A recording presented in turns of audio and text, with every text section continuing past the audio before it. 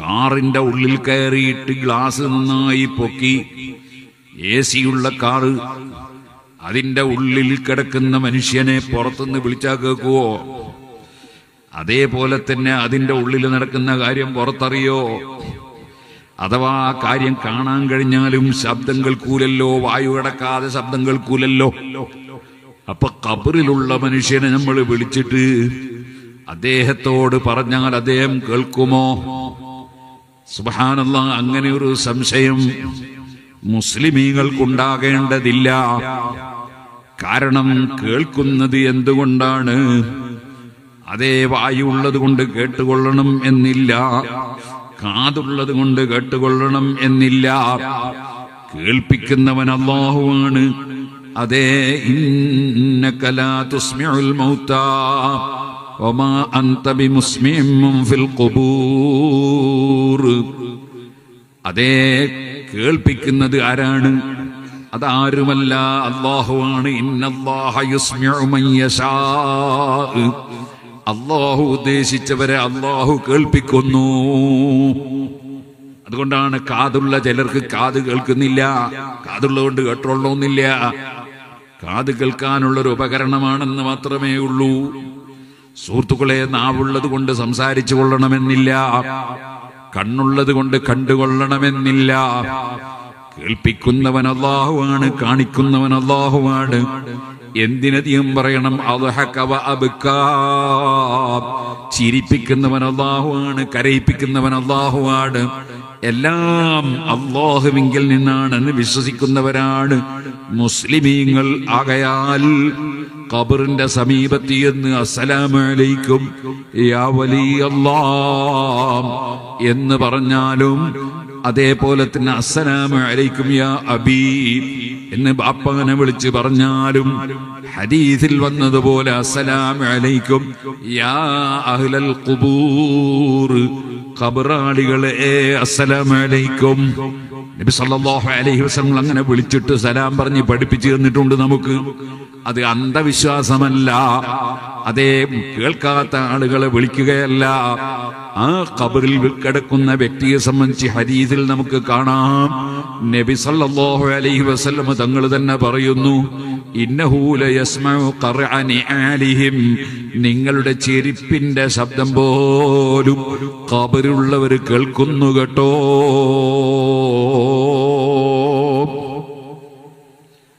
ഖബറിലുള്ളവർക്ക് കേൾവിയുണ്ട്. എന്നാൽ എല്ലാവരുടെ കേൾവിയും ഒരുപോലെ അല്ലല്ലോ. ഹബീബ് മുഹമ്മദ് റസൂലുള്ളാഹി സല്ലല്ലാഹു അലൈഹി വസല്ലം തങ്ങളെ വിളിച്ച് ലോക മുസ്ലിമീങ്ങൾ മുഴുവനും അസ്സലാമു അലൈക അയ്യുഹൻ നബിയ്യു എന്ന് സർവ്വ നിസ്കാരത്തിലും വിളിച്ച് സലാം പറയുന്നു. ഓ നബിയേ, അങ്ങേക്ക് സലാം.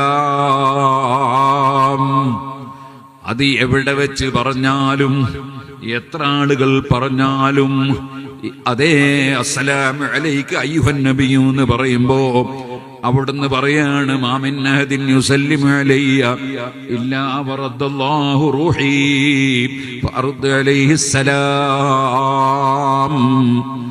ആര് എവിടെ വെച്ച് എനിക്ക് സലാം പറഞ്ഞാലും എനിക്ക് ആ സലാം അടക്കാനുള്ള സംവിധാനം എന്റെ റബ്ബ് ചെയ്തു തന്നിട്ടുണ്ടാകും. അങ്ങനെ ഞാൻ നിങ്ങളെ സലാം അടക്കുമെന്ന് മുഹമ്മദുർ റസൂലുള്ളാഹി സല്ലല്ലാഹു അലൈഹി വസല്ലം തങ്ങൾ പറയുകയാണ്. നമ്മൾ മൗലിദ് ഓതുന്ന സമയത്ത് യാ നബി സലാം അലൈക്കും, യാ റസൂൽ സലാം അലൈക്കും, യാ ഹബീബ് സലാം അലൈക്കും, സ്വലവാത്തുല്ലാഹി അലൈക്കും എന്ന് ചൊല്ലുമ്പോൾ മദീനയിൽ കിടക്കുന്ന നബി സല്ലല്ലാഹു അലൈഹി വസല്ലം നമുക്ക് സലാം അടക്കുന്നു.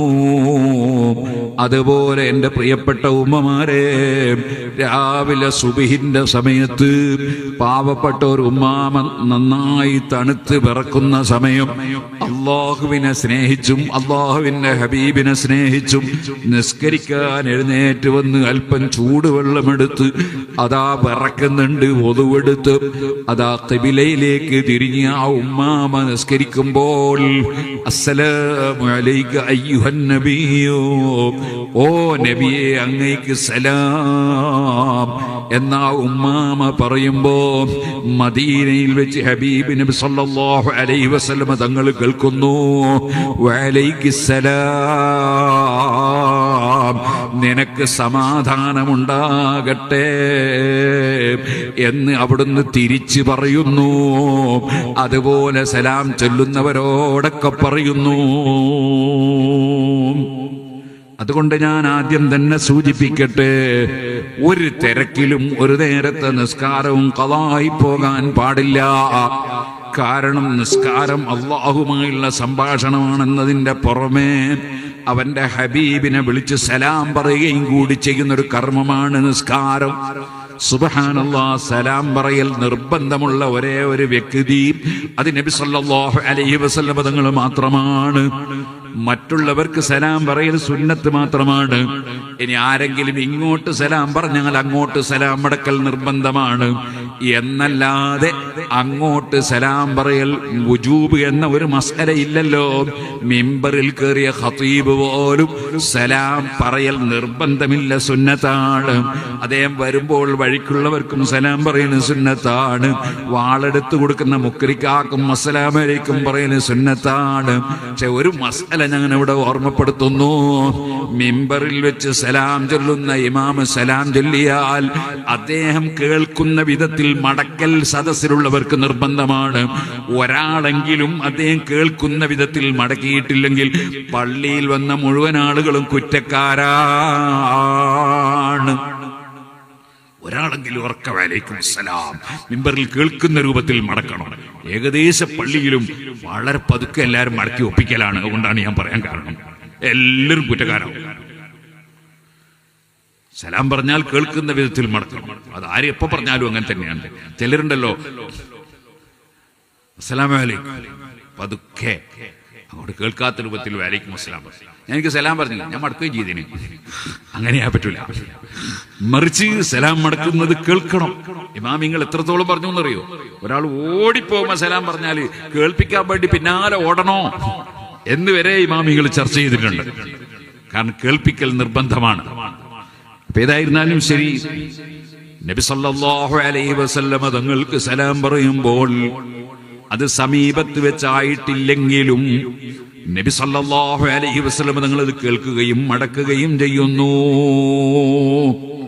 എല്ലാവരും ഒരുപോലെയല്ലല്ലോ സുഹൃത്തുക്കളെ. ഇതുപോലെ ഹദീസിൽ നമുക്ക് കാണാം, ഒരാൾ വന്ന് നബി സല്ലല്ലാഹു അലൈഹി വസല്ലം തങ്ങളോട് പറയുന്നു, ഞാനൊരു സ്ഥലത്ത് ടെന്റ് കെട്ടിയുണ്ടാക്കി, അവിടെ ഇങ്ങനെ ഇരിക്കുമ്പോൾ ഫൈദാഹു ഖബറു ഇൻസാനിൻ, അതൊരു വ്യക്തിയുടെ ഖബറാണെന്ന് എനിക്ക് ബോധ്യപ്പെട്ടു. അതേ യഖ്റഉ ഫീ സൂറത്ത് തബാറക, അദ്ദേഹം ഖബറിൽ നിന്ന് തബാറക സൂറത്ത് ഓതുന്നത് ഞാൻ കേട്ടു നബിയേ.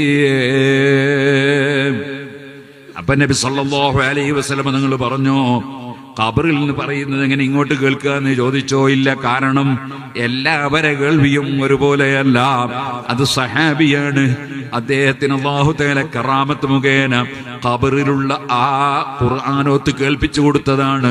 അത് നബിതങ്ങൾക്ക് ബോധ്യമുള്ളത് കൊണ്ട് തന്നെ ഖബറിൽ വെച്ച് കേൾക്കൂല, അത് അന്ധവിശ്വാസമാണെന്ന് നബി സല്ലല്ലാഹു അലൈഹി വസല്ലം പറഞ്ഞിട്ടില്ല. കാരണം എല്ലാവരെ കേൾവിയും ഒരുപോലെയല്ല. മറിച്ച് അവിടുന്ന് പറഞ്ഞത് എന്താണ്?